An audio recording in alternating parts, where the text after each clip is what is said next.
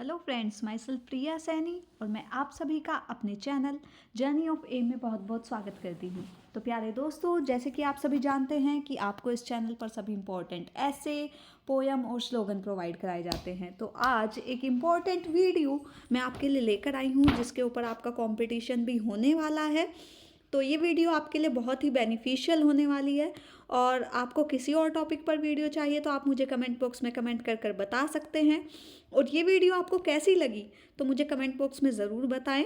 और आपको मैं इस टॉपिक के ऊपर सेकंड ऐसे भी प्रोवाइड कराने वाली हूँ, तो प्लीज़ चैनल को सब्सक्राइब करें, वीडियो को लाइक करें और ज़्यादा से ज़्यादा शेयर कर मुझे अपना सपोर्ट दें, क्योंकि अब आगे आने वाले जो भी कंपटीशन है उससे रिलेटेड वीडियोस आपको इस चैनल पर देखने को मिलती हैं। तो चलिए शुरू करते हैं, पंचायती राज और ज़मीनी स्तर का विकास। तो प्यारे बच्चों, देखिए, जब भी आप कोई निबंध लिखते हैं उसकी शुरुआत अगर एक कोटेशन से कर दे तो वाकई ही वो ऐसे बहुत ही शानदार बन जाता है। तो इसमें आप शुरुआत इस तरीके से कर सकते हैं, पंचायती राज से बदले गांव, जमीनी विकास को मिले नया ठाव, जन जन की भागीदारी बने पहचान, तभी आगे बढ़े सशक्त हिंदुस्तान। तो इस तरीके से अगर आप निबंध की स्टार्टिंग करेंगे तो एग्जामिनर सोचेगा वाह कितना अच्छा ऐसे लिखा है, कि वाकई ही शुरुआत, क्योंकि first impression is last impression.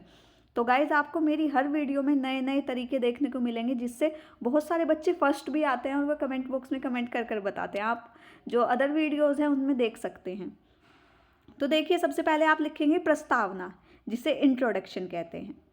प्राचीन काल में भारत में पंचायत की ऐसी व्यवस्था थी जिसमें पंचायत के सदस्यों को समाज में न्याय करने वाले लोगों के रूप में ईश्वर सदस्य सम्मान प्राप्त था। मतलब उन्हें, पंचायत को ये माना जाता कि ये भगवान है हमारे गांव के। स्थानीय प्रशासन, शांति व्यवस्था एवं विकास में ग्राम पंचायतों की महत्वपूर्ण भूमिका थी, आज भी है। इसलिए भारत में पंचायती राज व्यवस्था को लागू किया जाता है तथा पंचायती राज व्यवस्था के सुचारू रूप से कार्यान्वयन एवं ग्रामीण विकास की आवश्यकता को देखते हुए भारत सरकार के अंतर्गत पंचायती राज मंत्रालय के रूप में एक अलग मंत्रालय की स्थापना भी की गई है। पंचायती राज व्यवस्था लोकतंत्र को जमीनी स्तर तक पहुंचाने का एक प्रभावी माध्यम है जो गांव के विकास के लिए महत्वपूर्ण भूमिका निभाती है। जैसे कि महात्मा गांधी जी ने भी कहा है कि भारत की आत्मा गांव में बसती है। तो ये महात्मा गांधी जी ने कहा है।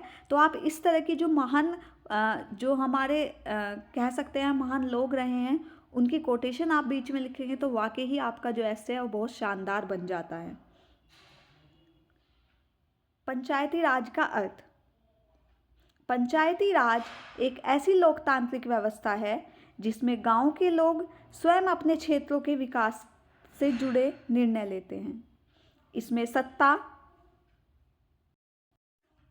का विकेंद्रीकरण किया गया है ताकि आम जनता की भागीदारी बढ़े। मतलब विकेंद्रीकरण का मतलब होता है कि जैसे सेंट्रल होता है, सेंट्रल के बाद स्टेट गवर्नमेंट होती है, उसके बाद पंचायती राज होते हैं। तो इस तरीके से हमने चीज़ों को बांट दिया है ताकि जो लोकतंत्र है वो ज़मीनी स्तर तक पहुंच सके। और जो ज़मीनी स्तर का सबसे निचला लेवल है वो है पंचायती राज, ताकि आम जनता की भागीदारी बढ़े। भारत की पंचायती राज की 3 स्तरीय व्यवस्था है, ग्राम पंचायत, पंचायत समिति और जिला परिषद। क्योंकि गांव पंचायत से गांव संवरे, पंचायत समिति विकास को निखारे, जिला परिषद दिशा दिखाए, तभी सशक्त भारत आगे बढ़ पाए, तभी सशक्त भारत आगे बढ़ पाए। तो आप इस तरीके से बीच बीच में कोटेशन भी लिखेंगे जो कि आपके ऐसे को बहुत ही इफेक्टिव बनाता है। गाइज, आपको इसके ऊपर सेकंड वीडियो भी मैं जल्द से जल्द प्रोवाइड कराऊंगी। अगर आपको वीडियो चाहिए तो आप मुझे कमेंट बॉक्स में कमेंट कर ज़रूर बताएं। पंचायती राज को संवैधानिक महत्व। मतलब हमने पंचायती राज की बात तो कर ली, लेकिन इसे संविधान ने कब महत्व दिया है तो ये भी लिखना बहुत ज़रूरी है। तो देखिए, ग्राम पंचायत के सुचारू रूप से कार्य करने के लिए पंचायती राज से संबंधित अन्य बातों को संविधान में शामिल करने के लिए सन 1993 में संविधान में संशोधन मतलब बदलाव, 73वां और 74वां संशोधन किए गए, जिससे लोकतंत्र मजबूत हुआ और ग्रामीण विकास को नई दिशा मिली। तो ये आपका संवैधानिक महत्व हो गया। आगे देखिए, अब हमने बात तो कर ली ग्राम पंचायत है क्या, इसके कितने स्तर हैं, कब इसे संविधान में जोड़ा गया, लेकिन इसका महत्वपूर्ण कार्य क्या है। तो ग्राम पंचायत को मुख्यतः 3 कार्यों में अपना योगदान करना होता है। ये कार्य हैं, पहला नागरिक सुविधाएं, दूसरा समाज कल्याण के कार्य एवं विकास कार्य। नागरिक सुविधाओं के अंतर्गत नागरिकों के उत्तम स्वास्थ्य एवं जीवन के लिए सफाई, गंदे पानी के निकास, पानी के स्वच्छ जल, सुविधाजनक आवागमन के रास्ते तथा प्रकाश की व्यवस्था के अतिरिक्त बच्चों की शिक्षा के लिए स्कूल की समुचित व्यवस्था भी ग्राम पंचायत के कार्यों में शामिल होती है। ठीक है, एट लास्ट निष्कर्ष आप लिखेंगे। आपका निष्कर्ष बहुत इफेक्टिव होना चाहिए, क्योंकि उससे पता चलता है कि आपका पूरा निचोड़ क्या है, आप कहना क्या चाहते हो। अतः अंत में हम कह सकते हैं कि जिन उद्देश्यों के लिए ग्राम पंचायत जमीनी स्तर पर बनी थी, आज भी वह अपने उद्देश्यों को पूरा करने में असमर्थ रही है। अतः आवश्यकता है हमें ग्राम पंचायत को सशक्त व समृद्ध बनाने की, ताकि ग्रामीण व्यक्ति शहर की तरफ पलायन करने को मजबूर ना हो।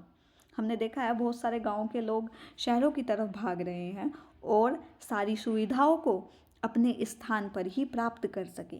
जब ग्रामीण क्षेत्र कोहिनूर की भांति चमकता हुआ दिखाई देगा, तभी हम कह सकते हैं कि ग्राम पंचायत द्वारा ही इसको निखारा गया है। एट लास्ट आप एक कोटेशन से अपने जो निबंध है उसका एंड करेंगे। और गाइज, आपको अगर इसकी PDF चाहिए तो डिस्क्रिप्शन में आप इसको परचेज़ कर सकते हैं ओनली 20 रुपीज़ में।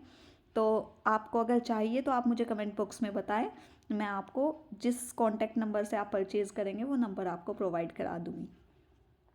तो देखिए, ग्राम पंचायत से गांव की पहचान, विकास और विश्वास का बने अभियान, जन भागीदारी से बदले हर हालात, सशक्त ग्राम पंचायत समृद्ध गांव की बात, सशक्त ग्राम पंचायत समृद्ध गांव की बात। तो ये आपका इम्पोर्टेंट ऐसे था।